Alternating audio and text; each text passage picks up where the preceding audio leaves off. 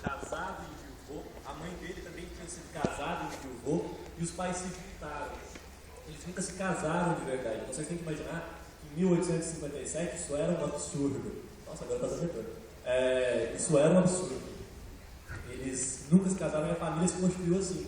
Ele tem um irmão, o Luiz de Azevedo tem um irmão chamado Arthur Azevedo, que é um grande dramaturgo brasileiro. E o Arthur foi morar no Rio de Janeiro, que na época era a corte, era a capital federal. E quando o Arthur se estabeleceu lá, ele chamou o irmão Luiz para vir morar com ele. O Luiz vai morar lá e vai estudar na Imperial Escola de Belas Artes, ele vai estudar pintura. O Luiz, quando em 1870, mais ou menos, o pai dele morre, ele tem que voltar para São Luís do Maranhão e para cuidar da mãe, porque naquela época mulheres não trabalhavam, então ele volta para São Luís do Maranhão e para ganhar um dinheiro extra ele escreve um livro chamado Uma Lágrima de Mulher. Pouco tempo depois ele lança um outro livro chamado Mulato. Esse livro foi lançado mais ou menos em 1880. Você tem que lembrar que a abolição da escravatura vai acontecer em 1888 e na época esse livro foi um escândalo, porque o livro tratava do casamento de uma mulher branca com um mulato. Outra coisa a se lembrar é que o casamento entre pessoas de raças diferentes só foi tornado autorizado nos Estados Unidos em 1950. A gente está falando de um livro que aconteceu em 1880. Então foi um escândalo. O Luiz ficou meio desgostoso do escândalo que o livro gerou na província e volta para o Rio de Janeiro. Continua escrevendo, lança um outro livro, Cortiço, que é considerado a obra-prima do Aloysio e a obra-prima do naturalismo do Brasil. Vou falar daqui a pouco. Depois de 1895, o Aloysio passa um concurso para diplomata, diplomata do Brasil, e abandona a carreira literária. Ele nunca mais vai escrever nada desde 1895. Em 1897, ele se junta com alguns intelectuais, o irmão dele, inclusive, Machado de Assis, inclusive, funda a Academia Brasileira de Letras. Depois de morar em vários países, Itália, Portugal, França, ele está em Buenos Aires, sendo vice-cônsul, agora não estou demais, do Brasil, e morre lá em 1913, pegando o naturalismo. O Aloysio de Azevedo é considerado o introdutor do naturalismo no Brasil e... Gente, está aumentando meu som, ó. Além de ser considerado o introdutor do naturalismo, ele é considerado o maior escritor naturalista brasileiro. Naturalismo é uma escola literária que surge na França. As escolas literárias são muito claras na França. Se a gente pegar o século XIX, a gente vai ver pelo menos 4 escolas muito fortes. Romantismo mais no começo, realismo, naturalismo, mais ao fim o simbolismo. E na França, um escritor chamado Émile Zola funda o programa naturalista. Ele desenvolve o que seria o naturalismo. E o Zola escreve livros como Thérèse Racan, uma peça, Naná, que é um romance, e o Aloysio de Azevedo, imitando o Émile Zola, começa a escrever romances naturalistas no Brasil. Ele escreveu alguns romances mais melodramáticos, da escola romântica, também para ganhar dinheiro. Uma Lágrima de Mulher, por exemplo, é um romance romântico dele. Mas, quando ele queria dar voos à imaginação, ele escreve livros naturalistas como o Curso. O naturalismo ele tem 4 pontos básicos, 4 pilares básicos. Um dos maiores pilares dele é o cientificismo. O autor ia ver a obra dele como um cientista veria um experimento.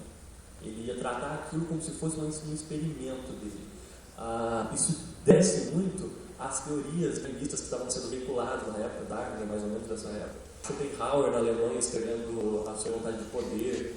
Todas essas teorias que vão surgindo muito na época vão desembocar na literatura nesse cientismo que o naturalismo evoca.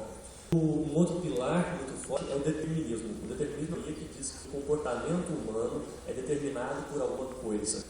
O meio, no Cortiço isso é muito claro. A raça, no Cortiço isso também é muito claro. Não é de história. No Cortiço isso não é tão visível, mas vocês viram nessa, o ambiente do Cortiço é muito forte dentro da determinação do que vai acontecer com os personagens. E a raça deles também. É uma teoria da época. Hoje nós não cremos, mas espero que vocês não acreditem mais nisso. Outro pilar é a isenção, a imparcialidade do autor. O autor, quando ele escreve, ele não fala se algo é bom ou ruim. O Aloysio de Azevedo nunca disse que algo é bom ou ruim. Ele diz que aquilo está acontecendo e ponto. Mas essa imparcialidade, vocês têm que lembrar que ela não é absoluta por causa do próximo pilar, que é uma das características fortes do Cortiço, que é um romance de tese. O romance de tese, a pessoa tem uma ideia, ela tem uma tese, uma teoria, e ela resolve falar aquela teoria. Mas, embora aceitassem pedidos de casamento pelo Facebook na época, não tinha muito vlog, não estava muito em moda. E, para fazer isso, eles escreviam um romance. O Aloysio de Azevedo escreve o Cortiço porque ele tem uma tese, ele quer mostrar uma tese dele. E outras características menores, mas muito visíveis do Cortiço, são a animalização dos personagens, o zoomorfismo, a bestialização. Todos os três termos significam a mesma coisa, que é representar os personagens de uma forma animalesca. Isso é muito evidente quando se fala do Cortiço, a coisa, porque o Cortiço é um personagem. Aliás, ele é o personagem do livro somente. Eu vou ter que tirar uma foto. O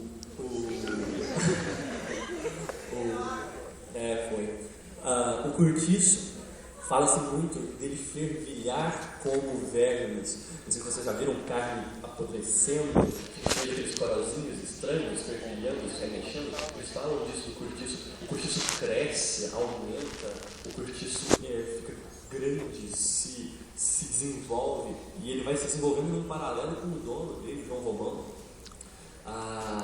Outra característica forte é a degradação sexual, o determinismo sexual, a degradação através do sexo. Isso eu vou falar daqui um pouquinho, quando eu vou falar exatamente do Cortiço.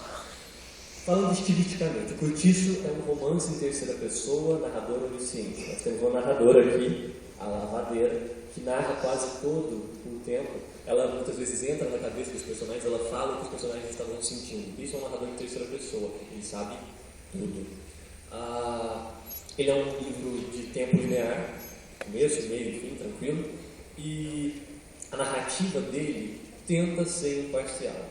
O Aloysio de Azevedo escreve de um modo eminentemente imparcial, lembrando que a imparcialidade não é total, porque ele tinha uma tese a mostrar. Sempre tenho isso em mente.